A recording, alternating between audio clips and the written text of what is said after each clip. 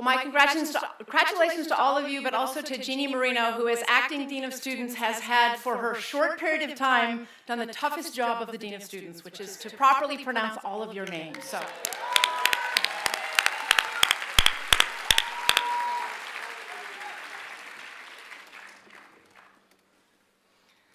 So my job now is to charge the class of 2016, to give our graduating students one last message before we send them on their way. Before I do that, though, let me repeat what I said at the very start of this joyous event. To the family and friends who made our graduates who they are, thank you for sharing them, and thank you for supporting them. We've been privileged to teach them. We're proud to call them Stanford graduates, and we can't wait to see what they do in their lives. To the class of 2016, this is the fourth time I've had the chance to charge a graduating class. As graduation approaches, I try to settle on something that is not a Hallmark tagline. You know, be yourself. It's not the destination, it's the journey. Be humble, be audacious, be grateful. Here in the heart of Silicon Valley, we have our own well-worn Hallmark-like phrases. Fail fast. Be entrepreneurial. Change the world by becoming a venture capitalist. In an effort not to do the Hallmark thing, I've gone each year for somewhat darker themes. I talked to the class of 2013 about the promise of law and legal training, but also, maybe more importantly, its limits. To the class of 2014, I argued in favor of selfishness. Well, not quite. I argued that, like a professional athlete or concert musician, you had to attend to yourself if you were to achieve what you hoped. To the class of 2015, I talked about what to do if your faith is shaken. Your faith in your profession or your community or your country or your world. So I've been thinking over these last couple of months about today's charge, and one powerful thought has repeatedly come to the front of my mind. It's what Polonius says in Act 2 of Hamlet, and it's this: brevity is the soul of wit.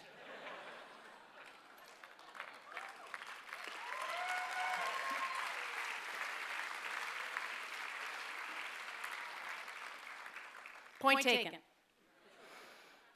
So at the risk of going slightly in the Hallmark direction, the theme that came to me this year is about creating and sustaining strong communities.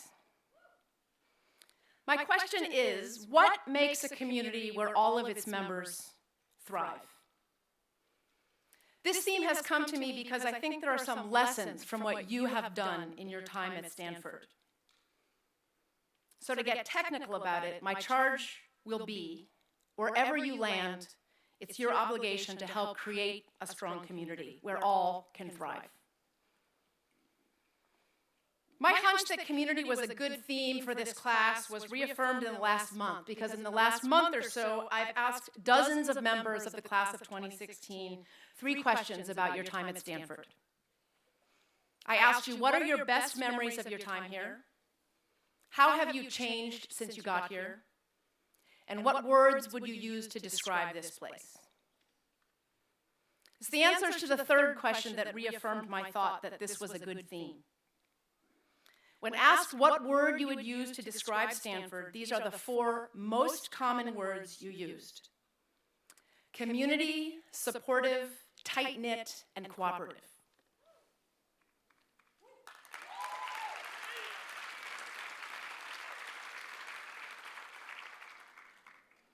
The other common words were kind, decent, familial, generous, warm, optimistic, freeing, empowering, and inspiring. Supportive, tight-knit, and cooperative? That really doesn't sound like a law school. The proper law school words are competitive, challenging, inhumane. Your words sound like the description of a summer camp or a band trip to Hawaii. or the perfect family. But law school? Not really. It's not an easy ride, and all of you know it. Alongside these words, you told me much more about your Stanford experience. You said it pushed you to the point of breaking. You said it made you more aware of problems in the world. It made you more open-minded. It made you a better listener. It made you a more rigorous thinker. It made you more humble. It transformed you. It gave you a calling. Now, many of these things are great things. Who doesn't want a calling? But none of them are easy rides. No, this has definitely not been summer camp. So how is it possible to combine push to the point of breaking with words like supportive and cooperative, or more amazingly, optimistic, empowering, and inspiring? If we figure that out, I think we'll know a lot about how to create and sustain a community where all can thrive. So my own theories about this come from our experiences together at Stanford. There are three features that I think have made for a strong community, that have connected us to one another and you to each other, that might serve as a model for you as you leave. The first one is illustrated by the memory that so many of our JD students in the class of 2016 said will long stay with them. Here's the scene. You've just finished your last final of the fall 1L year. You pack up your books. You try not to make eye contact with your neighbor because you do not want to have a conversation about question 2 because you know you got something wrong. You're exhausted. Sure, you're happy you made it through, but you can't fully shake the difficulties of the challenging fall. But then, you hear a low rumble outside.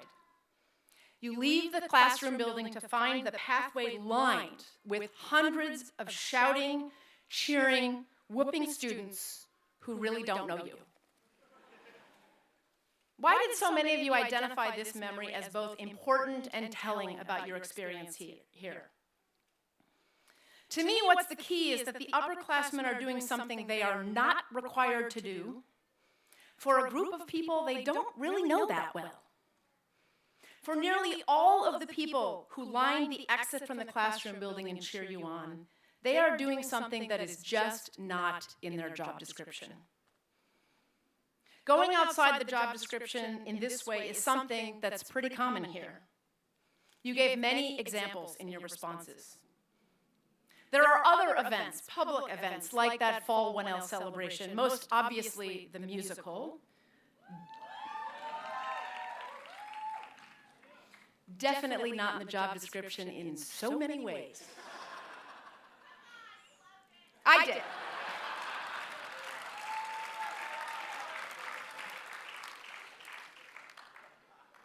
I always agree with Dana Rehnquist.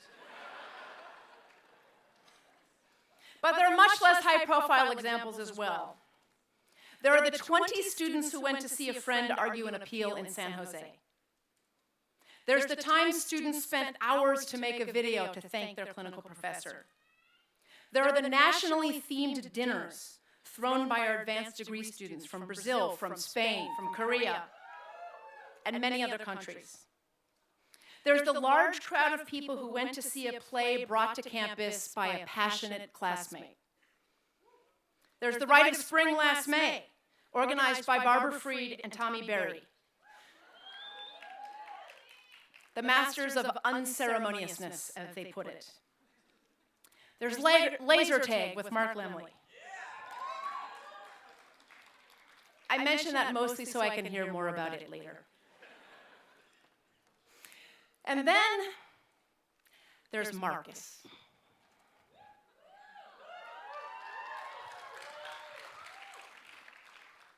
Okay, I know that he was SLA co-president, and part of his actual job description during his term was to build community.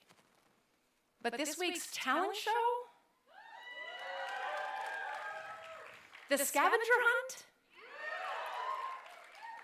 The unusual commitment to the jury box?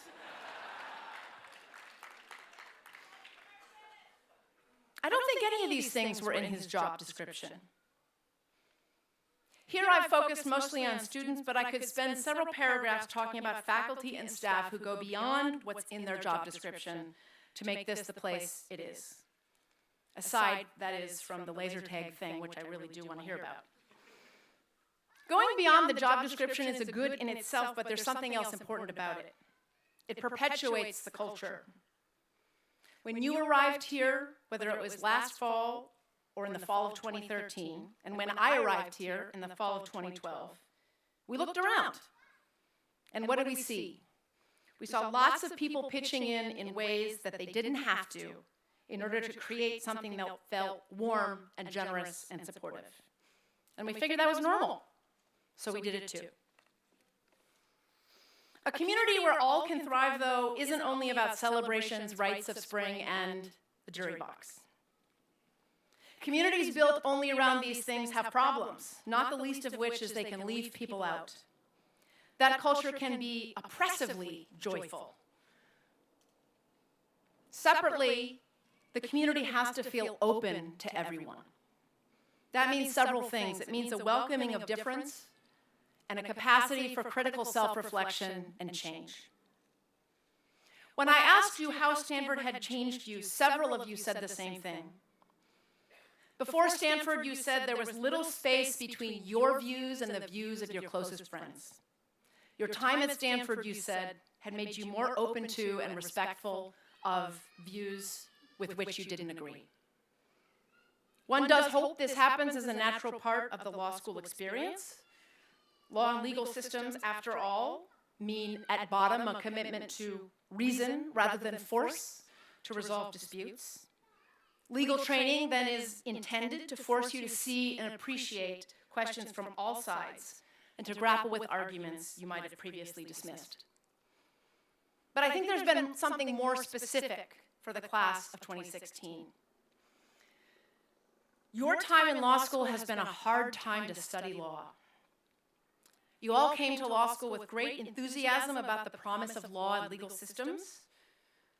But for some of you, that faith has been shaken deeply in these last few years, and especially by the role that racial prejudice and collective indifference play in the lives of so many people of color and in the criminal justice system.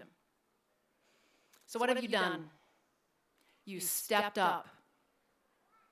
Members of this class helped lead the die-in last December, the My Life Matters vigil last February. Your questions, your concerns led to reading groups, classes, practicums, panel discussions, and much more. All places where you learned and you dug deep on issues of inequality. These events have undoubtedly led to many more conversations about issues of race, justice, and inequality that we face as a society, and no doubt have made people see things they hadn't seen before. That is to say, this class has helped us engage in critical self-reflection. You have changed us, and you have changed each other. The work of your class is a living example of what it means to aspire to a truly open community, one that critically reflects on what it's doing and is open to change. Take that lesson with you. There's one last lesson about building strong community that I take from your own reflections about your experience. Something that came through loud and clear in my exchanges with you. And it's what I think makes people reach for words like inspiring and decent and empowering when they describe this place. That is having many members of the community engaging in service to others who need it most. This kind of service was a dominant theme in most responses to questions about your memory at Stanford or the way Stanford had changed you. You wrote of winning your first motion for a client and seeing the elated expression on her face. You wrote of getting a picture of your Three Strikes client as he sat in a fast food restaurant just after his release. You wrote of the moment when it was obvious that your mentally ill client trusted you when he turned to you and your partner for advice. You wrote how powerful it was when your client in your refugee pro bono conveyed that you had restored his hope in the future. You wrote of your joy in knowing that you could be in the corner for your clients who needed you.